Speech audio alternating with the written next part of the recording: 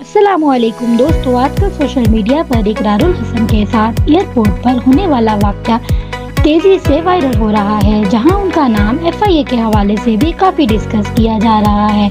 Report के मुताबिक ये मामला उस वक्त सामने आया जब एयरपोर्ट पर रूटीन चेकिंग हो रही थी। इस वाक़ये के बाद सोशल मीडिया पर मुख्तलिफ रिएक्शन देखने को मिले। कुछ लोगों ने इसे एक नॉर्मल मिसअंडरस्टैंडिंग कहा, जबकि कुछ ने इस पर तनकीद की। ये मामला तब भी ज्यादा हाईलाइट हो गया जब लोगों ने इस पर अपनी अपनी राय देना शुरू की और डिस्कशन तेजी से बढ़ने लगी। अब इस मामले में एक नया अपडेट सामने आ गया है, जहां रिपोर्ट के मुताबिक एफआई ऑफिसर को मुअत्तल कर दिया गया।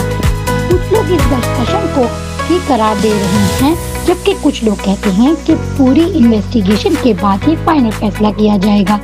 ये भी कहा जा रहा है कि एयरपोर्ट सिक्योरिटी प्रोसीजर सबके लिए एक बराबर होना चाहिए, लेकिन कभी कभी छोटी सी बात भी बढ़कर बड़ा इशू बन जाती है।